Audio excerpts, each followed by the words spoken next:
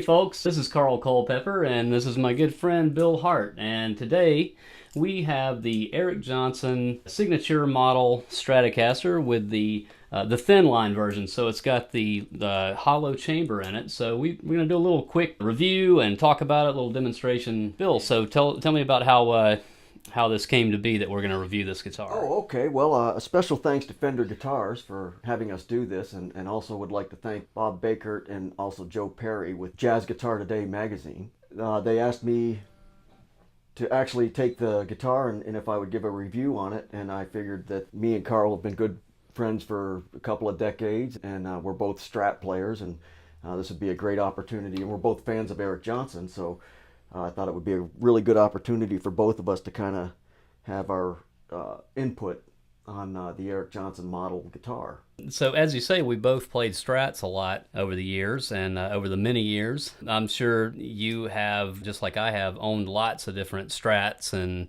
Strat type guitars. I actually had an Eric Johnson solid body, the two-color Sunburst, the one that looks like the 54. Right. And that was a fantastic guitar. This guitar is very similar to that in that it feels very much the same, has a lot of the attributes that I think make that guitar really great, but it does have the hollow body chamber, which does add something to the tone. So what do you think about that? I like the chamber. It kind of gives it a little bit more of a warmer tone, I would think, you know? Yeah, a little woodier, I think. Woodier, yeah, you can really feel it. And I guess, what is it, alder wood that the body is made from? Right. You know, which is pretty common for the Stratocasters. As far as the wood choice was alder and maybe swamp ash, I think was the... Right, the common classic. Yeah, the classic. And wood is very important, you know, as guitar players. We really invest a lot of time into, you know, all the different characteristics of, you know, what goes into the guitar as far as pickups and the neck and the type of wood. And you know, adding this little chamber definitely makes the guitar, I would say, it does give it a different feel. It gives it, for me, it gives it kind of a little bit more of a more pronounced, warmer feel to it. I guess that being said, the pickups are very interesting. You know, you can tell the single coil. I don't know if you can hear that, but you got that little 60 cycle hum in there, which is kind of a common for Stratocasters. And then when you put it on the, I guess that would be the number 4 position, right? With the combining the middle pickup with the neck pickup, it cancels out the hum. And then when we go back to just the middle pickup, that single coil hum comes back. And there's a purpose for all of it. And then this is going to be the combination of the bridge pickup with the middle pickup. And then we have the single coil on the bridge. I think with Strat players, we all have kind of a certain type of combination of pickups, if you will, that we like to play. I know I do, that there's certain sounds I like. I really like the neck pickup. And I guess the one big thing we could talk about, what I think we both got from what Eric Johnson did years and years ago, was the bridge pickup is kind of really bright and tinny sounding, you know. So he had the rear tone knob wired to the bridge pickup, which kind of warmed it, versus, so you could even get, that's way too much tone, but you can kind of smooth it out a little bit so it's not so I guess bright and pitchy. Right, yeah, and especially when you use distortion, that all that treble really makes it brittle, and being able to roll a little bit of that off helps a lot. I think that a lot of players have done a wiring of sorts to the, you know, the tone to the bridge pickup, but something that's kind of unique about Eric Johnson, I think, not as many players were known for omitting the tone knob on the middle pickup. On the middle, right. And the strategy seems to be that you tend to always want brightness out of that pickup in most situations, or at least I'm assuming he does, and I do. I actually wired this Strat that way, and I always wire my Strats that way, because after reading that, I suppose in an Eric Johnson interview probably 20 years ago or something or more, I realized that, like him, I never really need to roll the tone off of the middle pickup, because I'm usually going for a real bright sound, maybe a semi-country kind of a tone. Right. And by not only by not having the tone, since you're not going to use it, are you getting the brightness, but when you don't put the tone control in the circuitry to that pickup, you get even more brightness because you're not loading that pickup down on the way out, the signal down. So anytime you add a tone knob, generally speaking, you're going to darken the pickup even at the wide open setting a little bit. So Yeah. it gives you even a little more zestiness out of that middle pickup when you Right. do that. So Yeah. I think that's what's kind of unique about that wiring is that you're just leaving out one pickup as far as the tone, and a lot of Strats would have that middle pickup wired in with either the bridge or the neck for a combination of tone controls. Just on the one tone knob would work two pickups. Right. Yeah, I agree totally. The other thing I like about that idea with that middle pickup with no tone knob wired to it is that sometimes if you do use the tone on the neck pickup, it can get a little bit dark. Mm-hmm. And if the tone's wired to both pickups, you really don't have any control over it. Mm-hmm. But if you were on the neck pickup and it was just kind of, that's a little bit dark, and then you went back and you added this is going to kind of Right. Yeah, it adds a little zing to it. Yeah, kind of brings it out a little bit with not loading it down with the tone that would be already wired to Right, it. Yeah. right. Yeah, so that's a very interesting thing the way he did that, and and then you got that. Yeah, a lot of cluck right there. Yeah, In the middle. Yeah. you get a lot of spank there with, and then if you go up one, and even with. Mm-hmm. Yeah. And then all the way up. Mm-hmm. So yeah, it's like if I set the tones all the way up and just kind of go through each pickup and play the same kind of lick. So that would be the neck pickup, and this would be the combination. And then just the middle. And the back two. And then you got that, and that's the one that we're talking about with the tone knob being wired, because you can tell it's just a little bit too bright for me anyway. But if I see, to me that kind of almost brings the sound up a little bit. Not so much like a compression, but the clarity I think is there a little better. It doesn't sound so pitchy. Right.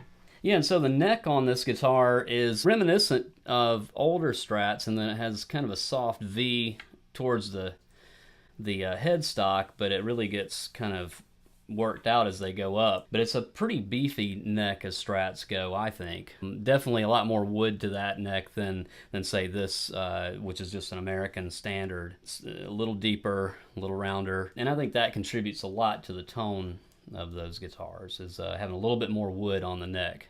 Yeah, I would agree, definitely. And it's also quarter sawn maple, so probably a bit more resonance than a flat sawn board. So another thing that was kind of an interesting innovation in these was that the headstock is scalloped back a little further. Right here.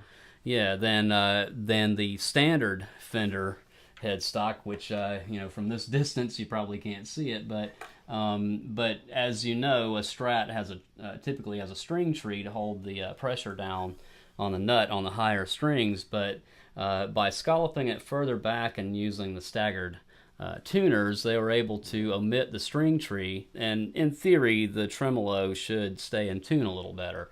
Now this one being a loner, we didn't put the tremolo in it. It's still got the sticker over the holes. But I had, like I said, I had the solid body Eric Johnson with the same feature on the neck, and I found it to be pretty steady. I could use the tremolo a pretty good bit, but I've always been good at getting Strats to stay in tune with a tremolo anyway. I spend a pretty good bit of time finessing everything about all the points where things cross over and put pressure down, and it seems to make a big difference.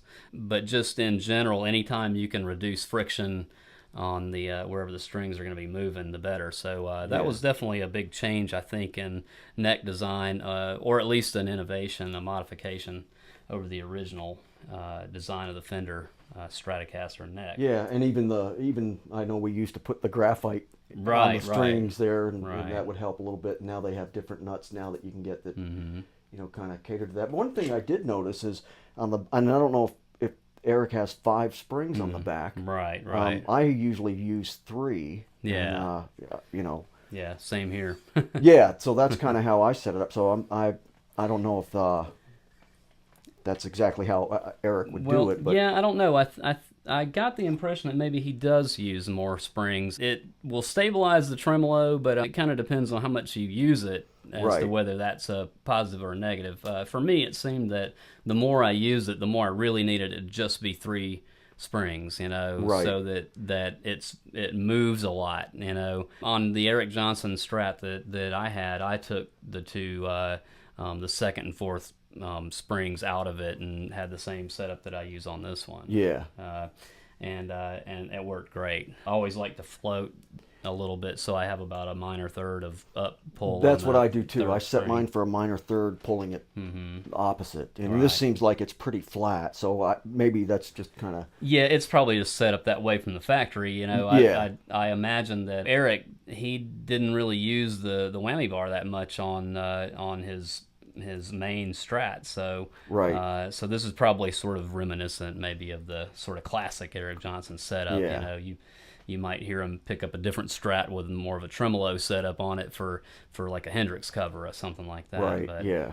But yeah, so that's probably more his standard approach, is to just kind of clamp it down and get all that sustain, because it definitely sustains a lot better with more springs. Yeah, and when it's just pulled straight down on the body and not floating, you'll get a lot more sustain. It gets more of the resonance from the actual body of the guitar. Yeah, right? And I guess also with Eric's kind of style, sometimes he would hit like an open note and then bend a string, and that open note would kind of ring out in tune. Right. So yeah, if you do that, it's nasty. So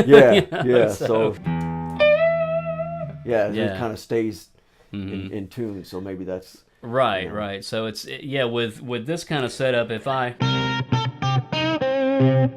do that kind of thing, I will do minor second bends, half step bends, and I can get away with it. But if you start doing whole step bends, then it starts to mess you up. Yeah. So that could be a very valid reason for that to be set up that way. And I get it. You know, absolutely. You're doing that kind of stuff. Now, another thing that we both agree on about this neck is that the lacquer is a bit difficult to deal with. It's very rubbery. It's very rubbery, and Carl and I both spoke about this a little bit earlier, and Carl made a good point that I never thought of was, in Texas it may react differently because of the it's so dry there, but here on the East Coast it just seems a little bit sticky.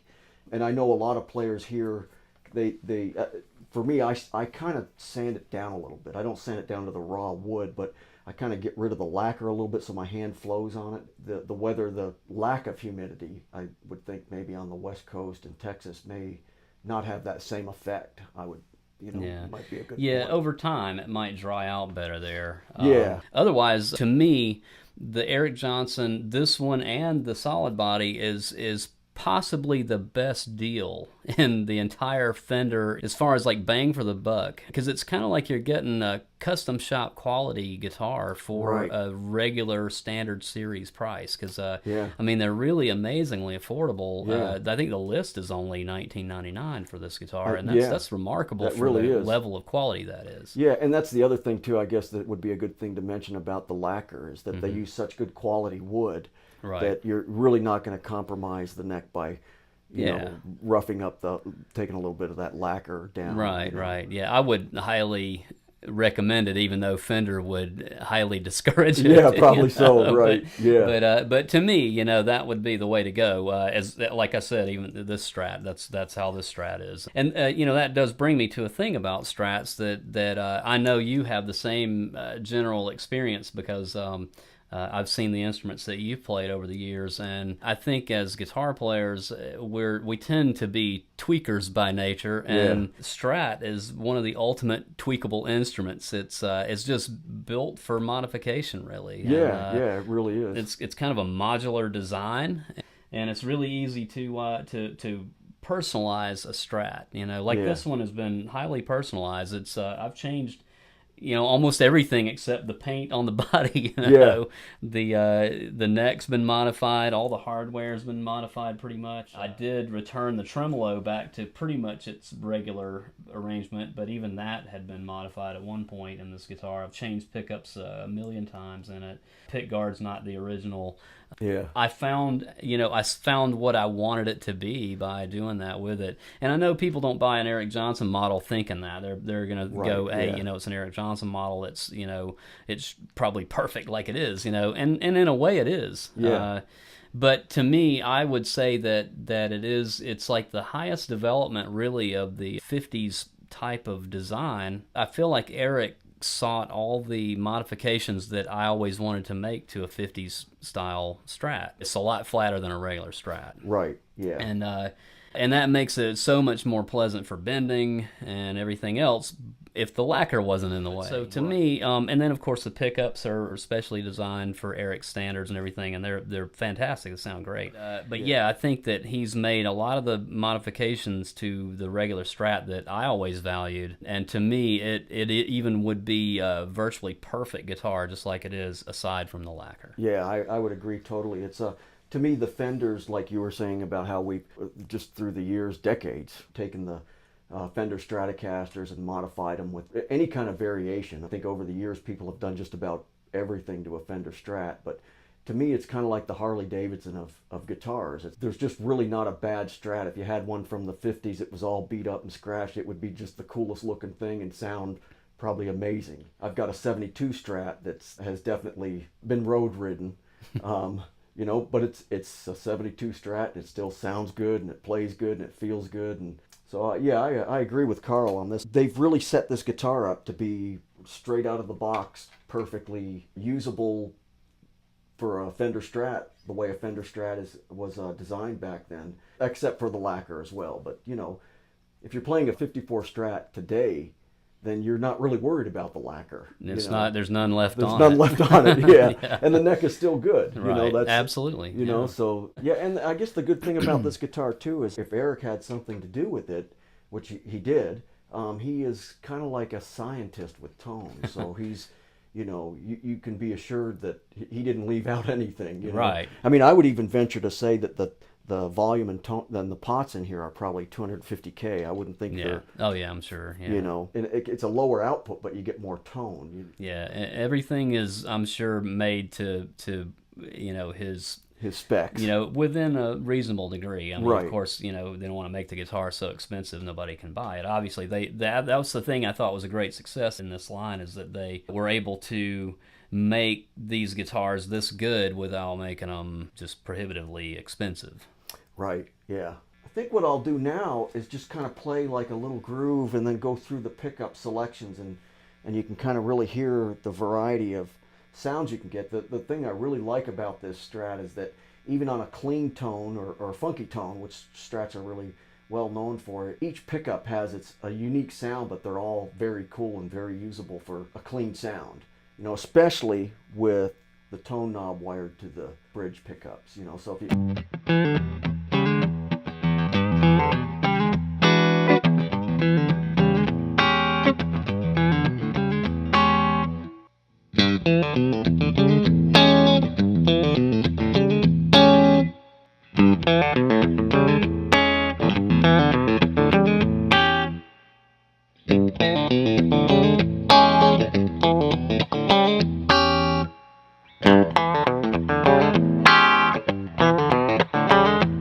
see, and I have everything set flat. I don't have any tone on anything, so that was just the way the pickup sounds. So if I roll the tone back maybe about to like a 7, I can clean it, not clean it up, but give it a little bit more.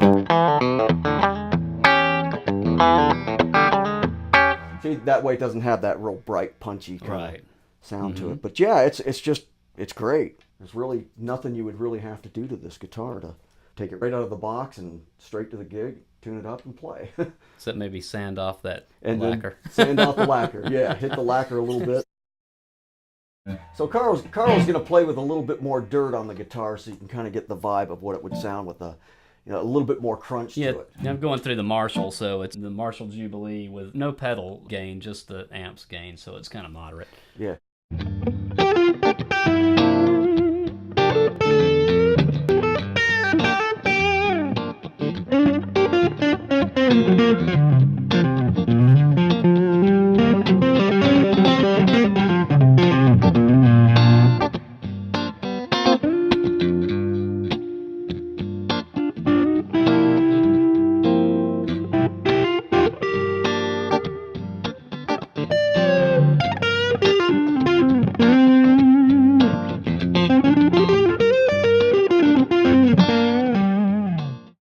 once again, I'd like to thank Carl for putting this together, and also thank Fender Guitars and Bob Baker and Joe Perry that will be doing the Jazz Guitar Today online. It's jazzguitartoday.com. Thank you very much for listening. Thanks, guys. Over and out.